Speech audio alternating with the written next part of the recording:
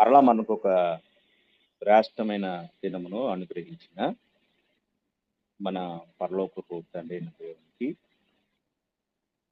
నా కృతజ్ఞతాస్తుతులు చెల్లిస్తూ ఉన్నాను. అలాగే దేవుని వాక్యమును వినుటకు సిద్ధముగా ఉన్న ప్రియ సహోదరి సహోదరులందరికీ కూడా నా హృదయపూర్వకమైన వందనములు తెలియజేస్తూ ఉన్నాను.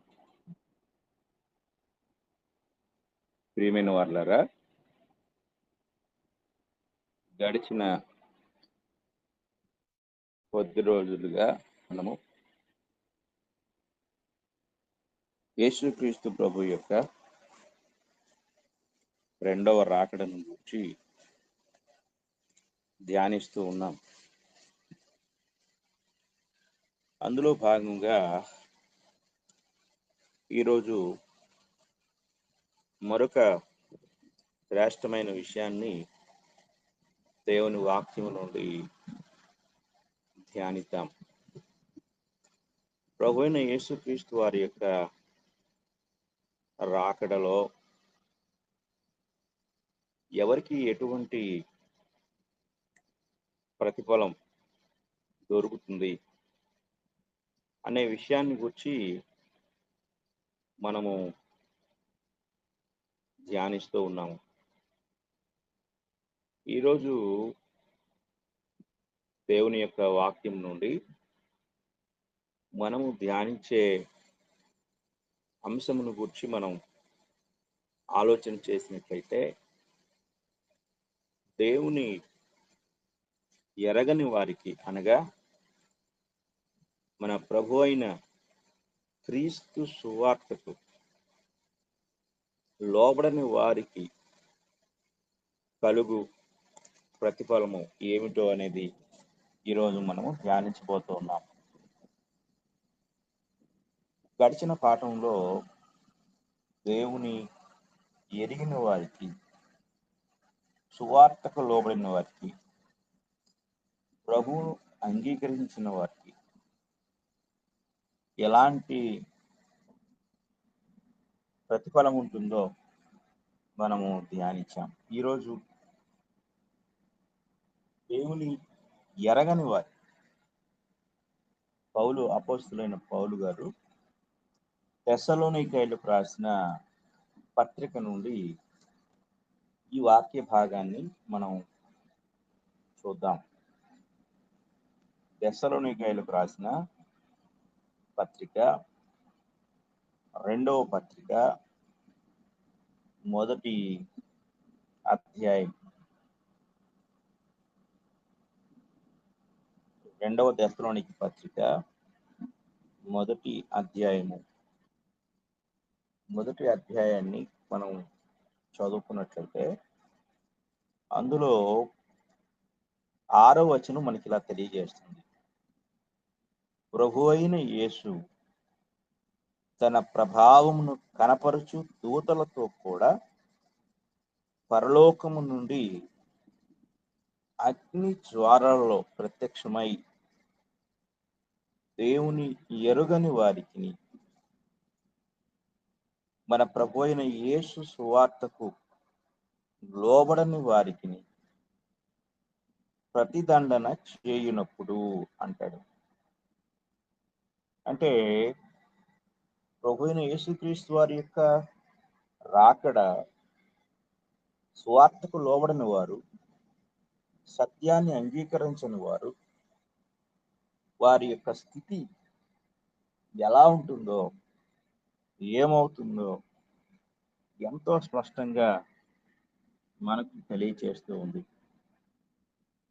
కనుక ఈనాటికి సువార్తకు లోబడని వారు, సువార్తను అంగీకరించని వారు, వారి పరిస్థితిని మనం జాగ్రత్తగా ఆలోచించినట్లయితే వారి యొక్క అవిధేయత, నిర్లక్ష్య ధోరణి ఎంతో ప్రమాదకరముగా వారికి పరిణమించబోతూ ఉంది. దీనికి సాదృశ్యంగా మనము నోవాహు యొక్క సంఘటనను జ్ఞాపకం చేసుకుంటే మొదటి పేతురు పత్రిక 3వ అధ్యాయం 19వ వచనం మనకి ఇలాగా తెలియజేస్తా ఉంది. మొదటి పేతురు పత్రిక 3వ అధ్యాయం 19వ వచనం, దేవుని దీర్ఘశాంతము ఇంకా కనిపెట్టుచుండినప్పుడు పూర్వము నోవాహు దినములలో ఓడ సిద్ధపరచబడుచుండగా అవిధేయులైన వారి యొద్దకు, ఈ మాట మనం జాగ్రత్తగా గ్రహించాలి. అవిధేయులైన వారు, సువార్తకు విధేయులైన వారు, సువార్తకు అవిధేయులైన వారు, విధేయులైన 8 మంది నీటి ద్వారా రక్షించబడిది అని ఇక్కడ ఈ వాక్యం మనకు స్పష్టంగా తెలియజేస్తుంది. అవిధేయులైన వారి యొక్క స్థితిని మనం అందరము జాగ్రత్తగా గ్రహించినట్లయితే వారు ఎంత భయంకరమైన పరిస్థితిని ఎదుర్కొన్నారో మనం అందరము కూడా స్పష్టంగా ఎరుగగలం. కనుక మనము విధేయులము అవిధేయులము అనేది క్రీస్తు రాకడ నిర్ణయిస్తూ ఉంది. కనుక ప్రభువైన యేసుక్రీస్తు యొక్క రాకడ మరలా మనము జాగ్రత్తగా పరిశీలించినట్లయితే అవిధేయులకు అది అత్యంత భయంకరమైన దినముగా పరిణమించబోతూ ఉంది. మత్తయి సువార్తలో ప్రభువైన యేసుక్రీస్తు వారు మాట్లాడుతూ 25వ అధ్యాయం 41వ వచనం మనకి ఇలా తెలియజేస్తుంది. 25వ అధ్యాయం 41వ వచనం చూడండి. అప్పుడు ఆయన ఎడమ వైపున ఉండు వారిని చూచి, శపింపబడిన వారులారా, నన్ను విడిచి అపవాదికిని వాని దూతలకును సిద్ధపరచబడిన నిత్యాగ్నిలోనికి పోవుడి అంటారు. నిత్యాగ్ని. ఎవరికి ఈ నిత్యాగ్ని అంటే ప్రభు అయిన యేసు సువార్తకు లోబడని వారికి నిత్యాగ్ని, వారి యొక్క అంతము నిత్యాగ్ని, వారి అంతిమ ఫలితము నిత్యాగ్ని. అంటే ఇక్కడ అగ్ని అనేది మనము గ్రహించినట్లయితే భూమి మీద మనం చూసే అగ్ని తాత్కాలికమైన అగ్ని. అది ఎంతవరకు మండుతుంది అంటే మండటానికి దానికి ఎంత అవకాశం ఉంటుందో అంతవరకే. ఈ అగ్ని వేరు, ఇది నిత్యాగ్ని. కనుక ఈ నిత్యాగ్ని అనేది సువార్తకు లోబడని వారు ప్రభు అయిన యేసుక్రీస్తు యొక్క రాకడలో పొందే అత్యంత భయంకరమైన పరిస్థితి. ఇక ప్రభువారు ఇక్కడ 46వ వచనంలో మాట్లాడుతూ వీరు నిత్య శిక్షకును అంటాడు. ఎవరు నిత్య శిక్షకు పాత్రులవుతారు అనేది మనం గ్రహించితే అవిధేయులు, యేసుక్రీస్తుని ఎరగని వారు, సువార్తకు లోబడని వారు, దేవుని సువార్తకు ఎదురు తిరిగేవారు, సువార్తను ద్వేషించేవారు. కనుక వీరందరూ పొందే ఫలితం ఏమిటి అనేది మనం చూస్తే నిత్యాగ్ని, నిత్య శిక్ష అన్నాడు. ఈ నిత్యాగ్ని, ఈ నిత్య శిక్ష ఎటువంటిది అనేది మనం జాగ్రత్తగా పరిశీలించినట్లయితే నిత్యాగ్ని, నిత్య శిక్షలో ఉండే ఆ యొక్క పరిస్థితులు ఎలా ఉంటాయి అంటే 2వ తెస్సలోనికీ పత్రిక 1వ అధ్యాయం 8వ వచనంలో మిమ్మును శ్రమపరచు వారికి శ్రమయు అన్నాడు. అంటే భూమి మీద సువార్తను పొందని అంటే సువార్తకు లోబడని వారు, అలాగే భూమి మీద సువార్తను వ్యతిరేకించిన వారు ఎలాంటి పరిస్థితులు పొందబోతున్నారు అంటే శ్రమ అన్నాడు. కనుక వారికి శ్రమ, ఈ శ్రమ ఎటువంటిది, ఎటువంటి స్థితిలో వారు ఉంటారు అనేది మనం జాగ్రత్తగా గ్రహించినట్లయితే అది భౌతికమైన శ్రమ వంటి శ్రమ కాదు అనే సంగతిని మనం గ్రహించాలి. ఇహలోక సంబంధమైన శ్రమ లాంటిది కాదు అనే సంగతిని మనం గ్రహించాలి. ఆ తర్వాత ఆ శ్రమ యొక్క లేక నిత్య శిక్ష యొక్క విధానాలు ఎలా ఉండబోతున్నాయి అనేది మనం గ్రహించినప్పుడు సువార్తకు లోబడిన వారు ఎలాంటి భయంకరమైన పరిస్థితులు ఎదుర్కోబోతున్నారో అన్న సంగతులు మొట్టమొదటిగా మనం గ్రహించాలి. చూడండి, మత్తయి సువార్త 25వ అధ్యాయము 30వ వచనాన్ని మనం చదువుకున్నట్లయితే అక్కడ ఈ మాట మనకు రాయబడి ఉంటుంది. మత్తయి సువార్త 25వ అధ్యాయం 30వ వచనము, మరియు పనికి మాలిన ఆ దాసుని వెలుపటి చీకటిలోనికి త్రోసివేయుడి, అక్కడ ఏడ్పును పండ్లు కొరుకుటయు ఉండును అంటారు. అంటే ఇది ఎంత భయంకరమైన పరిస్థితి అనేది మనము జాగ్రత్తగా గ్రహించవలసిన వారమై ఉన్నాం. అక్కడ చీకటి ఏమిటి?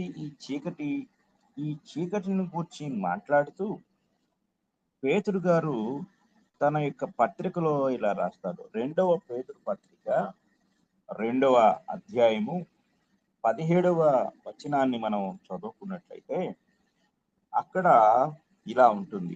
వీరి కొరకు గాఢాంధకారం భద్రము చేయబడి ఉన్నది.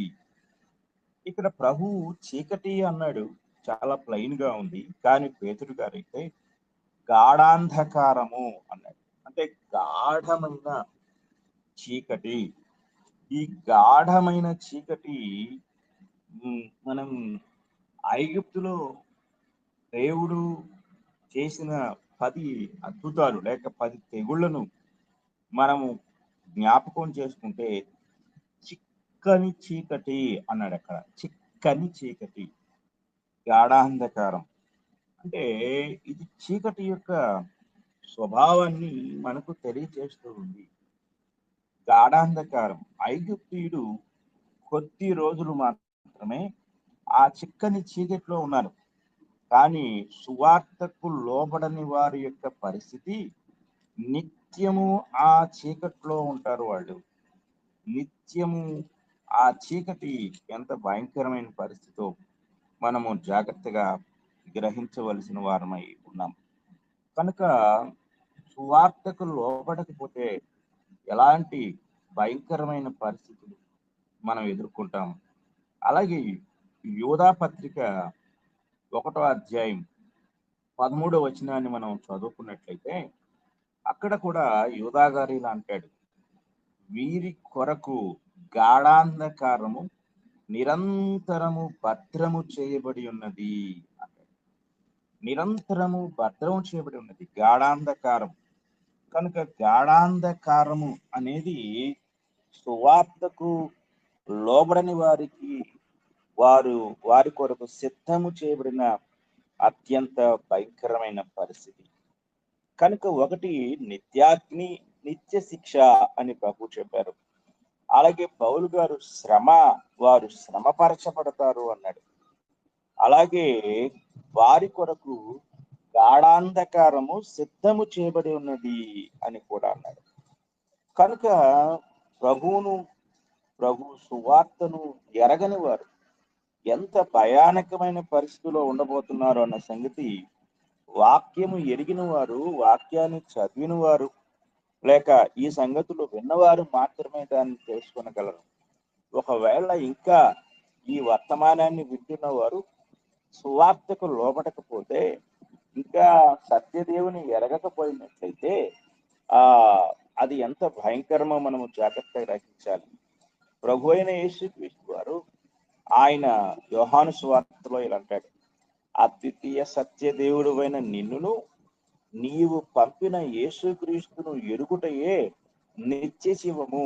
ఎరుగుట నీకు నిత్య జీవాన్ని ఇస్తే, ఎరుగని స్థితి అనేది నిత్య నాశనాన్ని, నిత్య శిక్షను, గాఢాంధకారాన్ని అది ఇస్తుంది అనే సంగతి మనం జాగ్రత్తగా గ్రహించాలి. ఇంకా ఆ నిత్య శిక్ష, నిత్య నాశనం ఎలా ఉంటుంది, దాని స్వభావం ఏమిటి అనేది మనం జాగ్రత్తగా పరిశీలిస్తే మత్తయి సువార్త 25వ అధ్యాయం 30వ వచనంలో అక్కడ ఏడ్పును పండ్లు కొరుకుటయు ఉండును అంటాడు. ఏడ్పును పండ్లు కొరుకుటయు అంటే ఏడ్పు, నిరంతర ఏడ్పు, నిరంతరము దుఃఖము, నిరంతరము అక్కడ ఏడుస్తూనే ఉంటారు. బాధను తట్టుకోలేక ఏడుస్తూనే ఉంటారు. అగ్ని యొక్క బాధ వారిని నిరంతరము ఏడ్చేలాగా చేస్తుంది. అలాగే ఏడవటం మాత్రమే కాదు, అక్కడ బాధ తట్టుకోలేక పండ్లు కొరుకుతూ ఉండును. పండ్లను కొరుకుతూ ఉంటారు బాధను ఓర్చుకోవడానికి. అంటే ఇదంతా శిక్ష యొక్క ఆ విధానం ఎలా ఉంటుందో, శిక్ష యొక్క ప్రతిఫలాలు ఎలా ఉంటాయో అక్కడ మనకు చెప్పబడతా ఉంది. ప్రభు అయిన యేసుక్రీస్తు వారు ఆ కొండ మీద ప్రసంగాన్ని ముగించుకొని దిగి వచ్చినప్పుడు జరిగిన సంభాషణలో మత్తయి సువార్త 8వ అధ్యాయం 12వ వచనము ఇలా చెప్తుంది, రాజ్య సంబంధులు, మూల భాషలో రాజ్య కుమారుడు, దేవుని రాజ్య కుమారుడు, దేవుని రాజ్య సంబంధులు, దేవుని రాజ్యములో ప్రవేశించిన వారు, రాజ్యాన్ని గురించి అంగీకరించిన వారు, వారు ఎలాంటి పరిస్థితిలో అంటే ఇంకా ఆ రాజ్య అంటే పరలోక రాజ్యాన్ని కూర్చి ఎరగని వారు వెలుపటి చీకట్లోనికి త్రోయబడుదురు, అక్కడ ఏడ్పును పండ్లు కొరుకుటయు ఉండునని మీతో చెప్పుచున్నాను నేను. అంటే రాజ్య సంబంధులు అనే మాట ఇక్కడ రెండు విషయాలు తెలియజేస్తుంది. పైన 11వ వచనంలో అనేకులు తూర్పు నుండి పడమటి నుండి వచ్చి అబ్రహాముతో కూడాను, ఇస్సాకుతో కూడాను, యాకోబుతో కూడాను పరలోక రాజ్యమందు కూర్చుందురు గాని రాజ్య సంబంధులు. ఇక్కడ రాజ్య సంబంధులు అనే మాట ప్రభువైన యేసుక్రీస్తు వారు ఎవరిని గురించి మాట్లాడుతున్నాడు అంటే ఇశ్రాయేలు ప్రజలను గురించి మాట్లాడుతున్నాడు. ఇది మనం చాలా జాగ్రత్తగా గ్రహించాలి. ఎందుకంటే ఈ ఉపమానంలో ఒక శతాధిపతి యొక్క దాసుడు పక్షవాయువుతో బాధపడుతూ ఉన్నప్పుడు ఆయన వచ్చి ప్రభు అయిన యేసుక్రీస్తు వారిని వేడుకుంటే యేసుక్రీస్తు వారు అంటాడు, నేను వచ్చి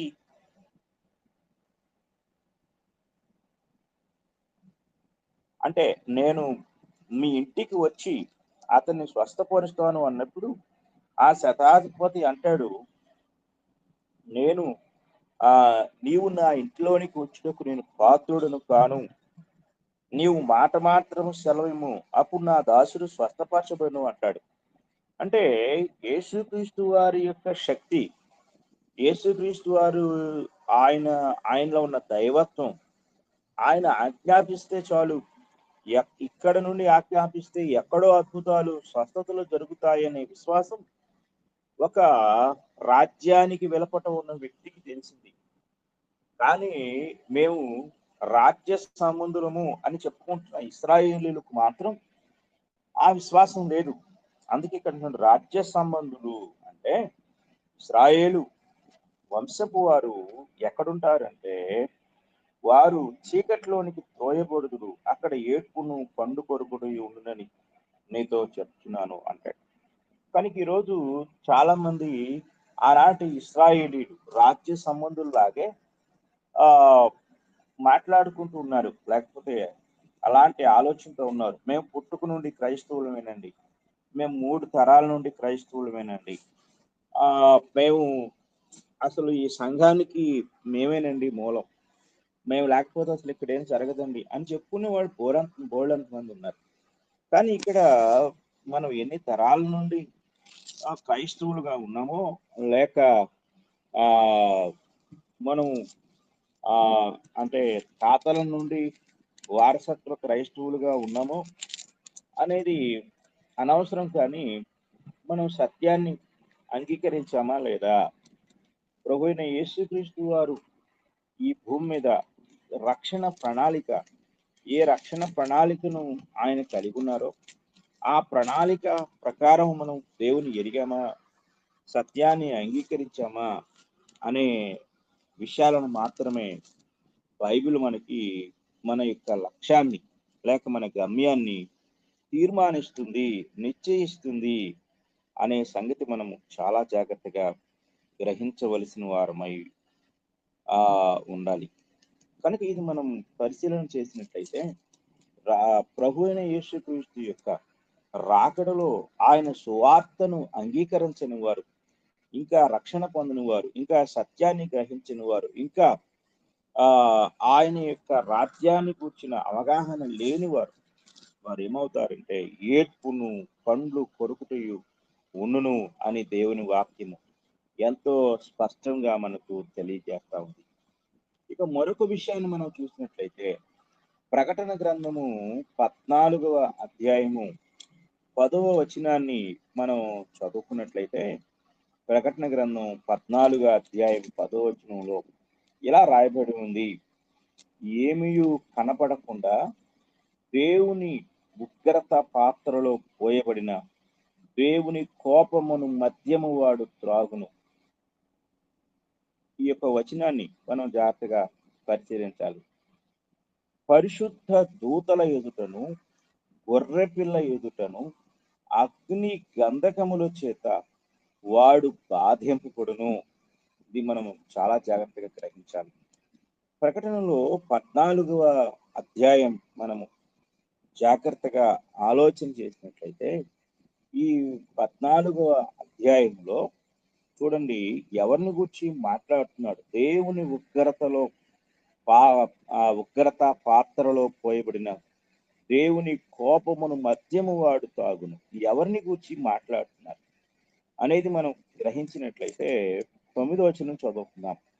మరియు వేరొక దూత అనగా 3వ దూత వీరి వెంబడి వచ్చి గొప్ప స్వరముతో ఇలాగ చెప్పెను: ఆ క్రూర మృగమునకు గాని దాని ప్రతిమకు గాని ఎవడైనను నమస్కారము చేసి తన నొసటి ఎందేమి చేతి మీదనేమి ఆ ముద్ర వేయించుకొని ఎడలా.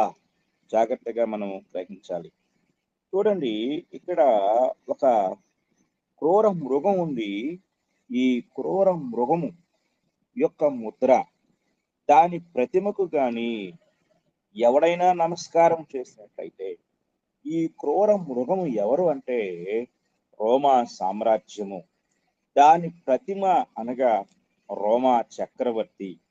ఎవరైతే ఆ క్రూర మృగానికి నమస్కారం చేస్తారో, అలాగే దాని ప్రతిమకు నమస్కారం చేస్తారో, అలాగే నొసటి యందు చేతి మీద దాని ముద్ర అనగా ఆ ప్రతిమ యొక్క ముద్ర వేయించుకుంటారో, వారు ఎంతటి తీవ్రమైన దేవుని కోపానికి గురవుతారు అంటే, వారిని గురించి మాట్లాడుతూ వారంట అగ్ని గంధకముల చేత బాధించబడతారు అంట.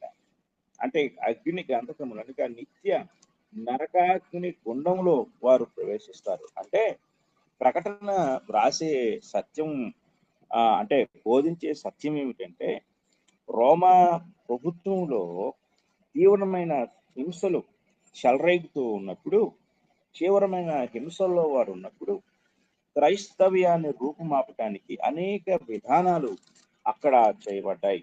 అనేక విధానాలు చేయబడినప్పుడు అందులో ఒకటి చక్రవర్తి పూజ, అంటే చక్రవర్తిని పూజించడం, చక్రవర్తి యొక్క శాసనాలకు లోబడటం. కనుక రోమా ప్రభుత్వ పరిపాలనలో క్రైస్తవులు చక్రవర్తి పూజను వారు ఒకవేళ అంగీకరించినట్లయితే ఈ భూమి మీద ఒకవేళ వారు మరణాన్ని తప్పించుకున్నా నిరంతరము అగ్ని గంధకములతో బాధించబడతారు. ఒకవేళ చక్రవర్తి పూజను తిరస్కరించినట్లయితే వారు భూమి మీద నిరంతరము నిత్యము శిక్షించబడిన దేవుని రాజ్యంలో నిత్య ఆనందాన్ని పొందుతారు. కనుక ఇది మనం చాలా జాగ్రత్తగా గ్రహించవలసిన వారమై ఉన్నాము. కనుక ఏడ్పును పండ్లు కొరుకుటయు అనే మాట మనము జాగ్రత్తగా గ్రహించాలి. అగ్ని గంధకముల చేత బాధించబడటము అనేది మనం గ్రహించాలి. ఇక్కడ ఒక విషయాన్ని ఆలోచించాలి. అగ్ని గంధకములు అనేది మనకు ఆదికాండం 19వ అధ్యాయంలో సొదొమ గొమొర్రాల మీద కుమ్మరించబడినప్పుడు ఆ పట్టణములను పేతురు అంటాడు భస్మీపటలము చేసినప్పుడు అంటాడు. భస్మీపటలం అంటే బూడిద కుప్పలుగా. కానీ ఇక్కడ ఈ అగ్ని గంధకాలు బూడిద కుప్పలుగా చేసేది కాదు. మన ఆత్మ అలాగే ఉంటుంది, అది బూడిదైపోదు, అది కాలిపోదు. కానీ అగ్ని గంధకముల చేత నిరంతరము బాధించబడుతూనే ఉంటుంది. ఇది మనము చాలా జాగ్రత్తగా గ్రహించవలసిన వారమై ఉన్నాం.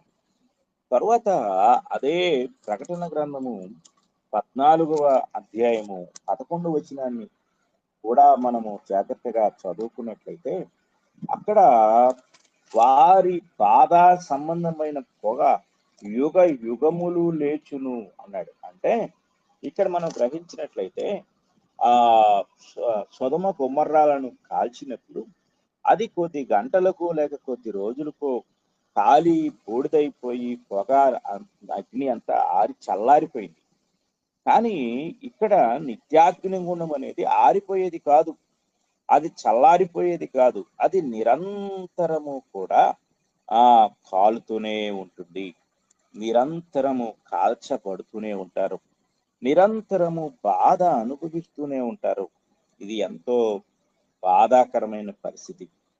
కనుక ఇంకా మనము ఈ 11వ వచనాన్ని జాగ్రత్తగా గమనించినట్లయితే అక్కడ చూడండి, వాడును రాత్రింపగళ్ళు నెమ్మది లేని వారయిందురు, వీరి బాధకు రాత్రి లేదు పగలు లేదు, నిరంతరము కూడా అగ్నిలో దహించబడుతూ అగ్నిలో కాల్చబడుతూనే ఉన్నారు.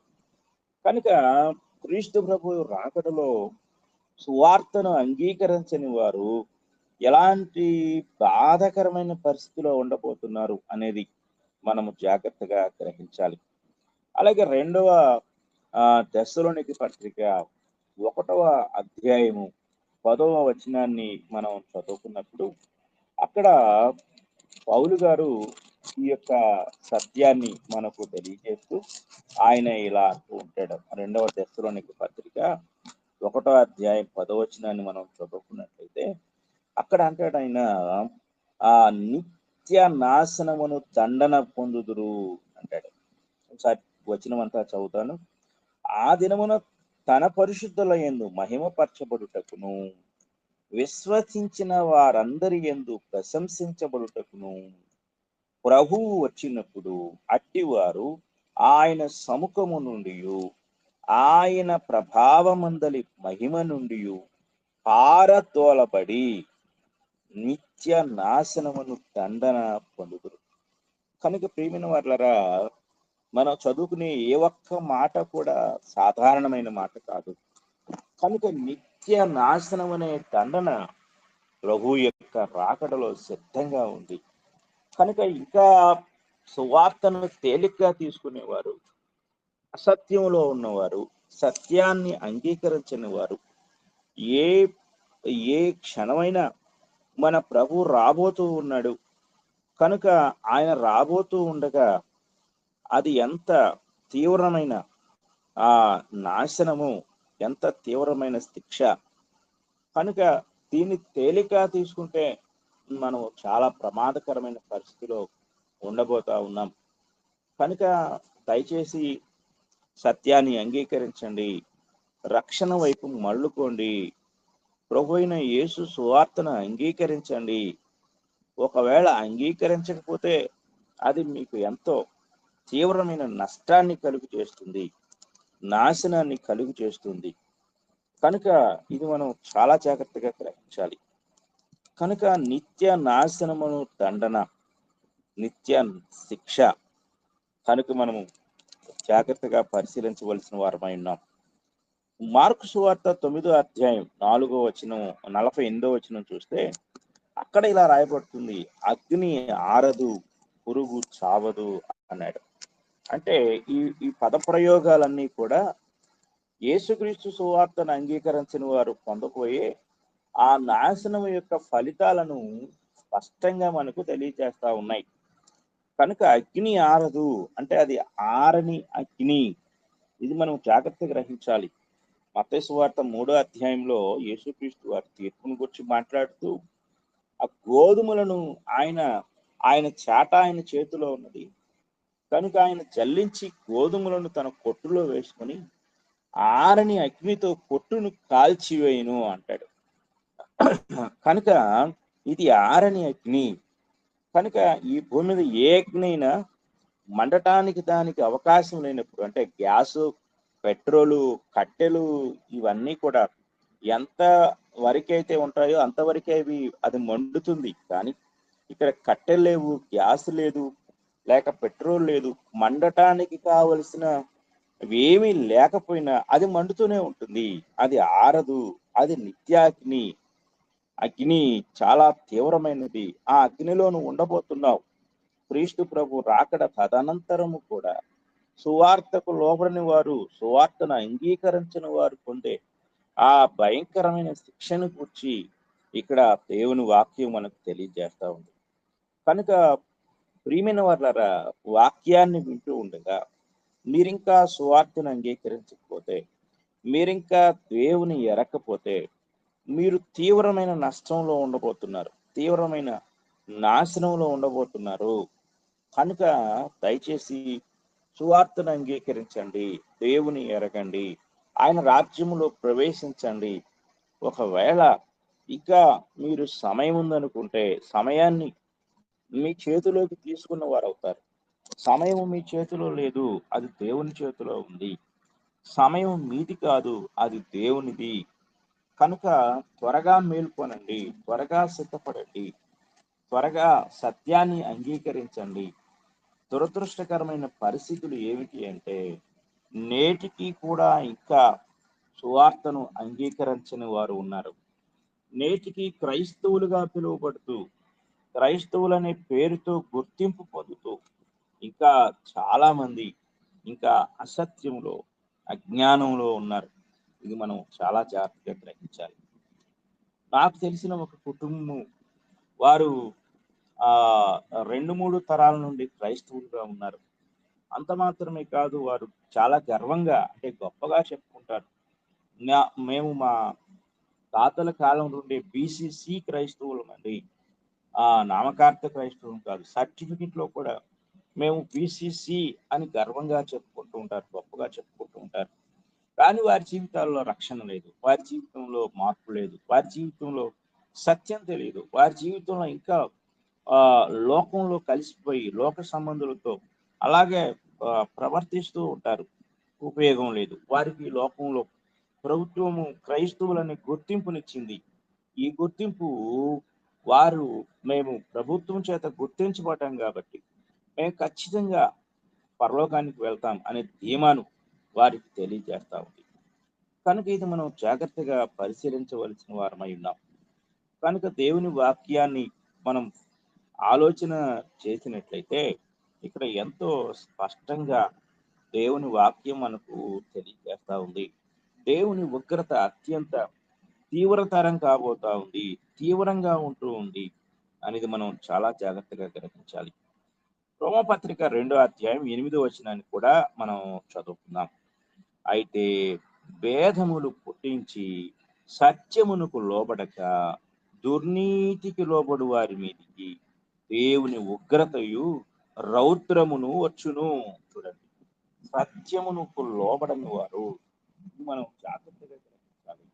ఈనాడు అనేక మంది మేము సత్యాన్ని అంగీకరించాము అనుకునే క్రమంలో అసత్యంలో ఉన్నారు. కనుక సత్యం అంటే ఏమిటి జాగ్రత్తగా మనం గ్రహించాలి. ప్రభువైన యేసుక్రీస్తు వారు చెప్పారు, యోహాను సువార్త 14 అధ్యాయం 6 వచనం చూస్తే నేనే సత్యము అని ఆయన చెప్పాడు. అలాగే 17 అధ్యాయం 17 వచనంలో వాక్యము సత్యము అని అక్కడ చెప్పబడి ఉంది. అలాగే తిమోతి మొదటి పత్రిక 3 అధ్యాయంలో అక్కడ 14-15 వచనాలు చూస్తే ఆ సంఘము సత్యమునకు స్తంభమును ఆధారమునయున్నది అంటే అనగా ప్రభు అయిన యేసుక్రీస్తు వారు సత్యము, ఆయన వాక్యము సత్యము, ఆయన భూమి మీద స్థాపించిన సంఘము సత్యానికి ఆధారం. అంటే సత్యం అనేది ఏదైనా ఉంటే ఆ సత్యాన్ని ఆయన సంఘములో ప్రతిష్ఠింప చేశారు. కనుక ఆయన సంఘమునకు మనం వచ్చినప్పుడు ఆ సంఘములో సత్యము అనేది ఏంటో మనకు బోధించబడుతుంది, బోధపరచబడుతుంది. కనుక ఆ సత్యమును గూర్చి పౌలు గారు అలాగే ఇతర అపోస్తలులు క్రొత్త నిబంధన అంతట్లో కూడా బోధించారు. కనుక సత్యాసత్యాల మధ్య ఉన్న వ్యత్యాసాన్ని మనం గ్రహించకపోతే, అంటే ఏది సత్యమో ఏది అసత్యమో అనే వాటికి మధ్య ఉన్న భేదాన్ని మనము గ్రహించకపోతే అత్యంత భయంకరమైన పరిస్థితులు మనం ఎదుర్కొంటాం. కనుక ఇది దేవుని యొక్క ఉగ్రత. పౌలు ఇక్కడ చెప్తూ ఉన్నాడు, ఇది నీకు నీవే ఉగ్రతను సమకూర్చుకుంటున్నావు అంటాడు. చూడండి 2 అధ్యాయం 5 వచనం రోమపత్రిక మనం గమనించినట్లయితే చూడండి, నీ కాఠిన్యమును మార్పు పొందని నీ హృదయమును అనుసరించి ఉగ్రత దినమందు అనగా దేవుని న్యాయమైన తీర్పు బయలుపరచబడు దినమందు నీకు నీవే ఉగ్రతను సమకూర్చుకొనుచున్నావు అంటాడు. అంటే నీకు నీవే, నిన్నెవరూ నరకంలో వేయడం లేదు, నిన్నెవరూ ఉగ్రత పాలు చేయటం లేదు. నీ అవిధేయత, నీ అజ్ఞానము, నీ యొక్క సువార్తకు లోబడని స్థితి నిన్నేం చేస్తుందంటే అత్యంత దారుణమైన పరిస్థితులకి దిగజారుస్తుంది. కనుక సువార్తను ఎరగని వారికి కలిగే ప్రతిఫలాలను గురించి మనము ధ్యానిస్తూ ఉన్నాం. కనుక మనం జాగ్రత్తగా ఆలోచించాలి. ఇంకా సువార్తను అంగీకరించకుండా, సత్యాన్ని అంగీకరించకుండా, సత్యమునకు లోపడకుండా ఎవరైతే జీవిస్తూ ఉన్నారో అటు దేవుని ప్రజలని ఆనాడు చెప్పుకున్న ఇశ్రాయేలు వలె రాజ్య సంబంధులు వాళ్ళు, కానీ రాజ్య సంబంధులే వెలపట చీకట్లోనికి త్రోయబడుతున్నారు. అక్కడ ఏడ్పు పండ్లు కొరుకుతూ ఉండదు. ఈరోజు రాజ్య సంబంధులని చెప్పుకుంటున్న వారు క్రైస్తవులు. మనము క్రైస్తవులుగా ఒకవేళ ఈ లోకం చేత గుర్తించబడినప్పటికీ కూడా ఆనాటి ఇశ్రాయేలు ప్రజల వలె రాజ్య సంబంధులుగా ఉన్నట్లయితే ఉపయోగం లేదు. కనుక మనము జాగ్రత్తగా గ్రహించాలి. పౌలు గారు ఎంతో స్పష్టంగా తన పత్రికల్లో ఈ విషయాలన్నీ రాశారైన. ఒకసారి కొలస్సీ పత్రిక మనం చదువుకుందాం. 3వ అధ్యాయము 6వ వచనాన్ని మనం చదువుకుందాం. కొలస్సీ పత్రిక 3వ అధ్యాయం 6వ వచనం మనకు ఒక స్పష్టమైన విషయాన్ని నేర్పిస్తూ ఉంది. 3వ అధ్యాయం 6వ వచనం చూడండి. వాటి వలన దేవుని ఉగ్రత అవిధేయుల మీదికి వచ్చును. చూడండి, అక్కడేమో సత్యమునకు లోబడని వారు అన్నాడు, ఇక్కడేమో అవిధేయులు అన్నాడు. కనుక ఏదైనా మనం గ్రహించవలసిన విషయం ఏంటంటే లోబడని తనమే అవిధేయమైనది. కనుక మనము అవిధేయులముగా ఉన్నట్లయితే, సత్యమునకు లోబడని వారముగా ఉన్నట్లయితే అది ఎంతో ప్రమాదకరమైన పరిస్థితి. కనుక మన దేవుడు కృప చూపేవాడై ఉన్నాడు. ఎవరి పట్ల అంటే సత్యమునకు విధేయత చూపేవారి పట్ల. పౌలు గారు తన యొక్క స్వీయ సాక్ష్యాన్ని అంటే తన సొంత జీవితాన్ని గురించి మాట్లాడుతూ తిమోతికి రాసిన మొదటి పత్రికలో ఆయన ఇలా రాస్తారు. తిమోతికి రాసిన మొదటి పత్రిక 1వ అధ్యాయము 12వ వచనంలో ఆయన ఇలా అంటాడు, పూర్వము దోషకుడను హింసకుడను హానికరుడనైన నన్ను తన పరిచర్యకు నియమించి నమ్మకమైన వానిగా ఎంచినందుకు నన్ను బలపరిచిన మన ప్రభు అయిన క్రీస్తు యేసుకు కృతజ్ఞుడనై ఉన్నాను. తెలియక అవిశ్వాసం వలన చేసి తిని కనుక కనికరింపబడి తిని అంటాడు. కనుక తెలియక అవిశ్వాసంలో, అసత్యములో, అవిధేయతలో ఉన్న ఇప్పుడే నీకు ఒక మంచి అనుకూలమైన సమయం. నీవు మార్పు చెందుటకు, సత్యమును గ్రహించుటకు, అంగీకరించుటకు ఇది ఒక గొప్ప అద్భుతమైన తరుణం. ఇది ఒక గొప్ప అద్భుతమైన పరిస్థితి. ఈ గొప్ప అద్భుతమైన తరుణంలో మనము ప్రభువైన యేసు సువార్తను గ్రహించడానికి, లోబడటానికి, అంగీకరించడానికి ఇది అద్భుతమైన పరిస్థితి. ఈ అద్భుతమైన సమయం నిన్ను దేవుని వైపు పిలుస్తా ఉంది, సత్యం వైపు పిలుస్తా ఉంది. కనుక ప్రియ సహోదరి, ప్రియ సహోదరుడా, ఇకనైనా సత్యానికి లోబడినట్లయితే, సత్యాన్ని అంగీకరించినట్లయితే, దేవుని ఎరిగిన వారి గుంపులో నీవు ఉన్నట్లయితే నీకు అత్యంత అద్భుతమైన ఆదరణ, అద్భుతమైన అవకాశాన్ని దేవుడు నీకు అనుగ్రహిస్తూ ఉన్నాడు.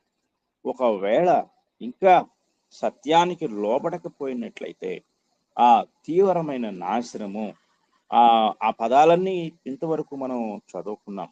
నిత్య శిక్ష, నిత్యాగ్ని గుండము, అలాగే ఏడ్పు, పండ్లు కొరికే పరిస్థితి, గాఢాంధకారము, శ్రమ, అగ్ని గంధకముల చేత బాధించబడటము, యుగ యుగములు బాధించబడటము, రాత్రింపగలు నెమ్మది లేని వారై ఉండటము, నిత్య నాశనమనే దండన పొందటము, అగ్ని ఆరదు, పురుగు చావదు అనే స్థితిలోనికి వెళ్ళిపోవటము, అలాగే నాశనము, నిత్య నాశనములోనికి వెళ్ళిపోవటం, ఇవన్నీ కూడా మనం పొందబోయే శిక్షను తెలియజేస్తూ ఉన్నాయి. కనుక దయచేసి ఈ మాటలు వింటూ ఉండగా ప్రభువైన యేసుక్రీస్తు వారి యొక్క రెండవ రాకడలో ఇంకా మనం పొందబోయే స్థితి, దాన్ని తప్పించుకోవడానికి ఇకనైనా సరే మార్పు చెంది సత్యమును అంగీకరించి ఆయన ఏ సత్యాన్నైతే ఈ భూమి మీద స్థాపించాడో ఆ సత్య సంఘములోనికి మనం ప్రవేశించుటకు మనము సిద్ధపాటు కలిగి ఉండవలసిన వారమై ఉన్నాం. సత్యాన్ని అంగీకరించుటకు కావలసిన జ్ఞానము, గ్రహింపు, విశ్వాసము, విధేయత మనము కలిగి ఉండవలసిన వారమై ఉన్నాం. కనుక ఈ మాటలు మీరు వింటూ ఉండగా మీరింకా దేవుని ఎరగకపోతే, ప్రభుని యేసుక్రీస్తు సువార్తకు లోపడకపోతే, ఆయన ఈ భూమి మీద స్థాపించిన సంఘం అనే సత్యములోనికి ప్రవేశించకపోతే ఇకనైనా మనస్సు మార్చుకొని సత్యాన్ని అంగీకరించి సువార్తకు లోబడి ప్రభు అనుగ్రహించే నిత్య జీవాన్ని పొందాలని హృదయపూర్వకంగా నేను కోరుకుంటూ ఈ మాటలు ముగిస్తూ ఉన్నాను. ఇంతవరకు శ్రద్ధతో విన్న మీ అందరికీ నా హృదయపూర్వకమైన వందనములు తెలియజేస్తూ ఉన్నాను.